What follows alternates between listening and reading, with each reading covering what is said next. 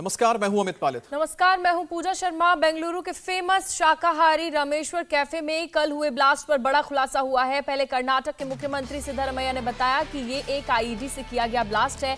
इसके बाद अब जांच के लिए मौके पर अब से थोड़ी देर पहले एनएसजी और बम स्क्वाड की टीम पहुंच चुकी है। इस बीच रामेश्वरम कैफे के आईईडी के धमाके करने वाले का सीसीटीवी फुटेज भी सामने आया है और कैफे के बाहर के एक सीसीटीवी में टोपी पहना संदिग्ध बैग लेकर जाता दिख रहा है। तस्वीर में आप गौर से देख सकते हैं कि इस व्यक्ति को, इसके पास बैग है कंधे पर, सामने इसने टोपी लगा रखी है और इसके साथ वो तेजी कदमों के साथ चलता हुआ आगे बढ़ रहा है और माना जा रहा है कि ये व्यक्ति संदिग्ध है। मतलब ये कि वो जल्द से जल्द कैफे पहुंचना चाहता था। इस व्यक्ति को देखिए, और अब बम रखकर वो वहां से निकल जाना चाहता था। बेंगलुरु के रामेश्वरम कैफे में कल ये धमाका दोपहर 12:30 बजे के आसपास हुआ। ये तस्वीरें देखिए, कैफे के बाहर का ये सीसीटीवी फुटेज सामने आया है जिसमें इस व्यक्ति ने टोपी पहनी हुई है और तस्वीरों पर अगर आप गौर से देखें तो देख सकते हैं कि व्यक्ति कितनी तेजी से कैफे की तरफ चल रहा है, बार बार अपनी घड़ी भी देख रहा है। तो और ये तस्वीर जो सामने आई, इसी के जरिए पता लगाया जा रहा है कि आखिरकार ये व्यक्ति कौन है। और दूसरी जो तस्वीर सामने आई है वो कैफे से मिली, जिसमें बताया गया कि जो ये व्यक्ति आया था इसने कैप लगा रखी थी, चेहरा ढका हुआ था, इसने कूपन लिया था इडली का और उसके बाद उसने कूपन लेने के बाद भी इडली नहीं खाया बल्कि जो बैग है उसे डस्टबिन के पास रख के वहां से निकल गया। जिसके बाद करीब 1 घंटे बाद बताया जा रहा है कि धमाका हुआ था। तो जो टाइमर जो लगा था, करीब 1 घंटे का टाइमर था और ये व्यक्ति जो है अब तलाश पुलिस इसकी रही है, क्योंकि इसी के जरिए ही ये पूरे के पूरे गुत्थी को सुलझाया जा सकता है। और इस व्यक्ति के चाल को देखिए, बहुत तेजी से वो आगे बढ़ता हुआ जा रहा है। इसके पास एक बैग भी नजर आ रहा है, इसने कैप लगा रखा है ताकि इसकी पहचान ना हो, कैमरे पर भी इसे देखा ना जा सके। बताया तो ये जा रहा है कि जो सीसीटीवी फुटेज और भी सामने मिले हैं, ये बस से उतरा था, बस से उतरने के बाद सीधे ये कैफे में गया। कैफे में जाने के बाद इसने इडली का ऑर्डर किया, कूपन लिया, लेकिन इसने इडली तो ली लेकिन उसने खाया नहीं। उसके बाद वहां से वो बैग रखकर डस्टबिन के पास वहां से मौके से निकल गया और ठीक 1 घंटे बाद धमाका होता है जिसमें 9 लोग घायल हुए हैं। और इसमें सबसे ज्यादा लोग वो मौजूद थे जो आसपास के आईटी कंपनी में काम करते थे और वो वहां पर लंच के लिए पहुंचे हुए थे। और यही संदिग्ध कैफे के बाहर पेड़ के पीछे भी छिपा दिखा और इसी पेड़ के नीचे संदिग्ध ने विस्फोटक रखा था जिसमें टाइमर लगा हुआ था।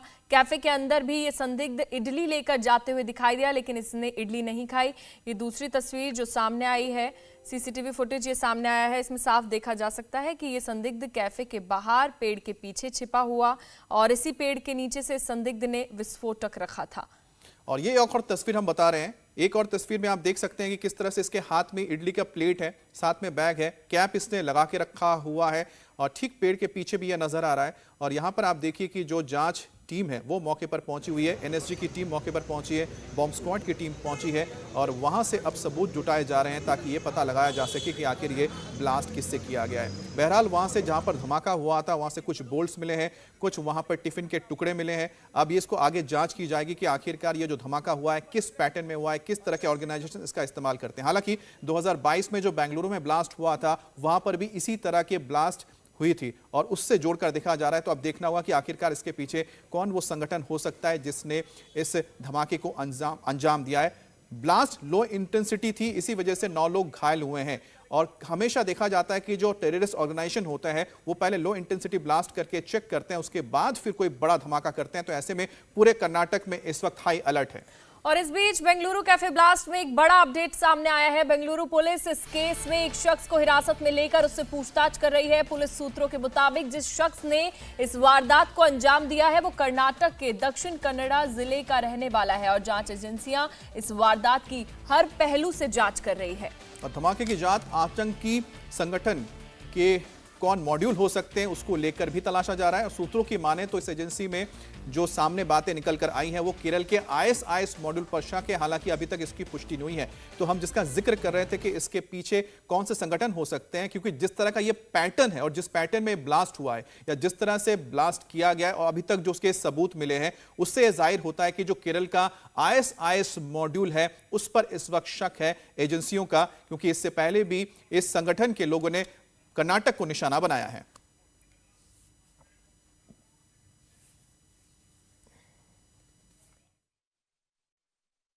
बम ब्लास्ट मामले की जांच अब तेजी से की जा रही है। फिलहाल मौके पर एनएसजी की टीम मौजूद है। आप देखिए इस बस के ठीक पीछे आपको वो कैनोपी नज़र आएगी जहां पर एनएसजी की टीम जो है उस सेम स्पॉट पर मौजूद है जहां पर बैग रखा गया था जिसमें ब्लास्ट हुआ था।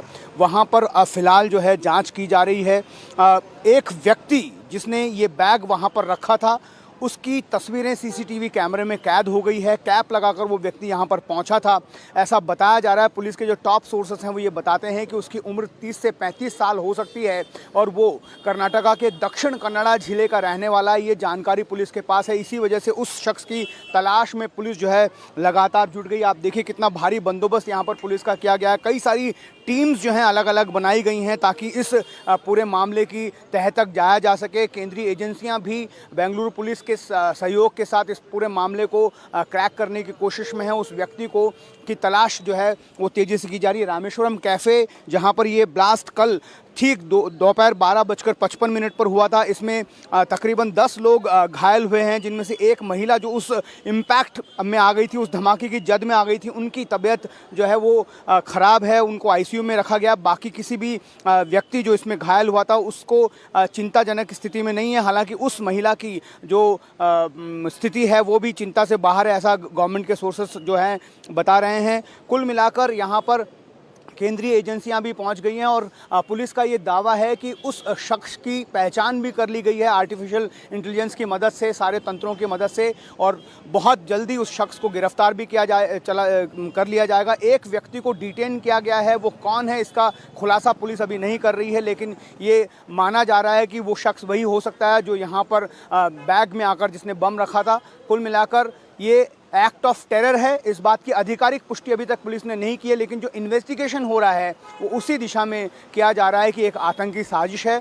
और ऐसे पुलिस के टॉप सोर्सेस हमें बताते हैं कि इस धमाके के पीछे ISIS केरला मॉड्यूल का हाथ हो सकता है। उस बारे में भी जो CCB पुलिस है जिसके पास फिलहाल ये जाँच है, वो इन कड़ियों को भी जोड़ने की लगातार कोशिश में जुट गई हैं। और बेंगलुरु से सीधा टी राघवन हमारे साथ जुड़ गए हैं। टी राघवन, देखिए तस्वीरें सामने आ चुकी हैं, आरोपी की अब शक्ल भी दिखाई दे रही है उन तस्वीरों के माध्यम से, 2 फुटेज सामने आई है। ऐसे में क्या लगता है कब तक आरोपी को पकड़ा जाएगा? जी देखिए, जो टीम इसको इन्वेस्टिगेट कर रही है उनके जो टॉप ऑफिशियल्स हैं उनसे हमारी लगातार बातचीत हो रही है और वो बहुत कॉन्फिडेंट दिख रहे हैं। उनका ये कहना है कि बहुत हद तक हमने उस व्यक्ति की पहचान कर ली है। जैसा हमने अपनी रिपोर्ट में भी बताया, एक व्यक्ति को उन्होंने हिरासत में भी लिया है, उसे लगातार क्वेश्चनिंग भी की जा रही है, क्या वही व्यक्ति है। इस बात का खुलासा थोड़ी देर में हो जाएगा। जहाँ पर मैं मौजूद हूँ, आप देखिए मेरे ठीक पीछे अभी NSG की टीम जो है वो यहाँ पर जाँच कर रही है। पहले हम आपको एक जो जानकारी मिली है मुझे वो बता दें। FIR तो दर्ज हुई है, जो राजेश हैं इस रामेश्वरम कैफे के सुपरवाइजर, उन्होंने FIR दर्ज की, जिसके बाद UAPA और एक्सप्लोजिव सब्सटेंटिव एक्ट के तहत इसमें मामला दर्ज किया गया है। जो जानकारी हमें मिल रही है उसके मुताबिक एक इंटरेस्टिंग बात यह कि 6 बजे कल ये रामेश्वरम कैफे जो यहाँ पर कुंदनहल्ली में है ये ओपन हुआ था।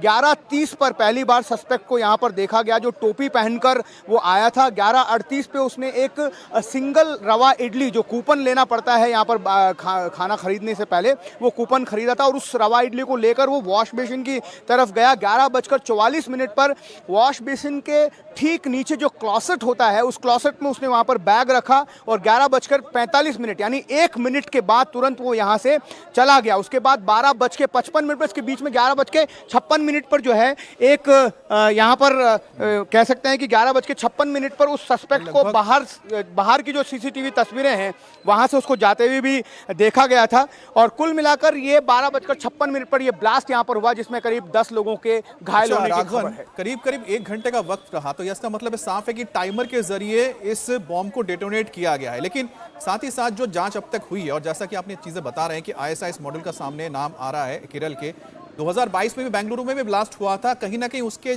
सेम पैटर्न नजर आ रहा है इसमें। जी देखिए, बहुत हद तक कह सकते हैं कि पैटर्न बिल्कुल सेम है, थोड़ा सा इम्प्रोवाइज्ड किया गया है, ऐसा जो पुलिस के सोर्सेस हैं, FSL के सोर्सेस हैं वो हमें बता रहे हैं। क्योंकि नॉर्मली हम देखते हैं कि जब IED ब्लास्ट प्लांट किया जाता है तो उसमें शार्प नेल्स होती है, बहुत ज़्यादा नुकीली कीलों का इस्तेमाल किया जा सकता है ताकि ज़्यादा से ज़्यादा लोगों को नुकसान पहुँचाया जा सके। लेकिन इस केस में हमें ये बताया गया है कि इसमें शार्प नेल्स की बजाय नट और बोल्ट का इस्तेमाल हुआ और वो वहाँ से बरामद भी हुआ है, जिससे आपने देखा कि पूरा जो रामेश्वरम कैफे कैफे के जो स्ट्रक्चर है उसको भारी नुकसान पहुंचा। साथ ही यहाँ पर 9 वोल्ट की एक बैटरी जो है वो एफएसएल की टीम को मिली है, एक टाइमर मिला है और एक पूरी तरह से क्षतिग्रस्त मोबाइल फोन भी यहाँ से बरामद किया गया है। इन चीज़ों के मिलने के बाद ही इस नतीजे पर पहुंचा जा सका कि एक आईडी ब्लास्ट हो सकता है, जिसे एक प्लान्ड तरीके से यहाँ पर प्लांट किया गया है। अब इसके पीछे की वजह क्या है, मॉडस ऑपरेंडाई क्या है और क्या मकसद था इसके पीछे, ये अब इन बातों को सामने आना बाकी है। एनआईए की टीम, जैसा हमने बताया कि बेंगलुरु यूनिट है, इससे पहले जो यहाँ पर काम करते थे और जिस तरह से हमने देखा कि इससे आगे भी इस इलाके में काफी धमाके हुए हैं, उसमें पहले हमेशा लो इंटेंसिटी ब्लास्ट करके टेस्ट किया जाता है, उसके बाद जो एक बड़ा आप देखते हैं कि ऑपरेशन होता है। इसको लेकर क्या जांच एजेंसियां कह रही हैं और कितना अब वहां पर सुरक्षा इंतजाम बढ़ाए गए हैं, क्या क्या अब स्टेप उठाए गए हैं सरकार की ओर से? जी देखिए, 1 बजे ऐसा बताया गया है कि मुख्यमंत्री खुद जो हैं सभी होम डिपार्टमेंट के जितने भी बड़े अधिकारी हैं, साथ ही चीफ सेक्रेटरी, डीजीपी, कमिश्नर उनके साथ मीटिंग लेने वाले हैं। सारे एसपीज को अलर्ट पर रखा गया है।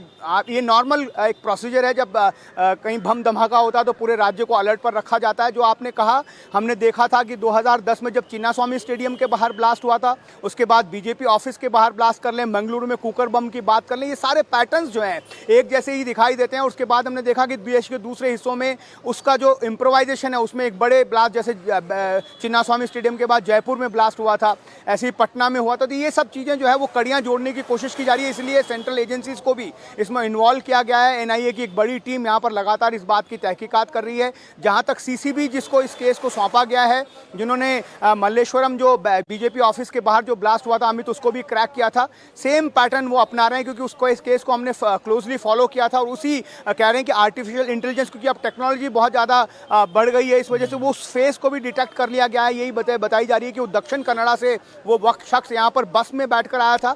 यहाँ पर आने के बाद उसने इस घटना को अंजाम दिया और वो वापस चला गया। और यहाँ पर जो इलाका जहाँ पर हम हैं, ये आईटीपीएल मेन रोड है, यहाँ पर बहुत सारी आईटी कंपनियां हैं, जितनी भी सड़कें यहाँ पर है, हर जगह पर, हर कॉर्नर पर आपको यहाँ पर सीसीटीवी कैमरास नजर आएंगे। तो कवरेज जो है वो आर्टिफिशियल इंटेलिजेंस का जो इस्तेमाल लगातार आप देख रहे हैं कि अब जीवन के हर एक क्षेत्र में बढ़ रहा है, लेकिन साथ ही साथ खासतौर पर जो इन्वेस्टिगेशन है उसमें कितना मददगार साबित हो रहा है, जहां पर आप फेस रिकॉग्निशन के जरिए जो आरोपी या किसी व्यक्ति के बारे में पता लगा सकते हैं। और उसी टेक्नोलॉजी का इस्तेमाल राघवन कह रहे हैं कि इस वक्त किया जा रहा है और इसी के जरिए पता लगाया गया है कि जो यह व्यक्ति है जिस पर आरोप लगा है बम धमाके का, वो दक्षिण कन्नड़ा का रहने वाला है और बहुत ही जल्द वो पुलिस की गिरफ्त में होगा, ऐसा माना जा रहा है। अब नजर बनाए रखें, हम आगे आपके पास अपडेट के लिए आएंगे।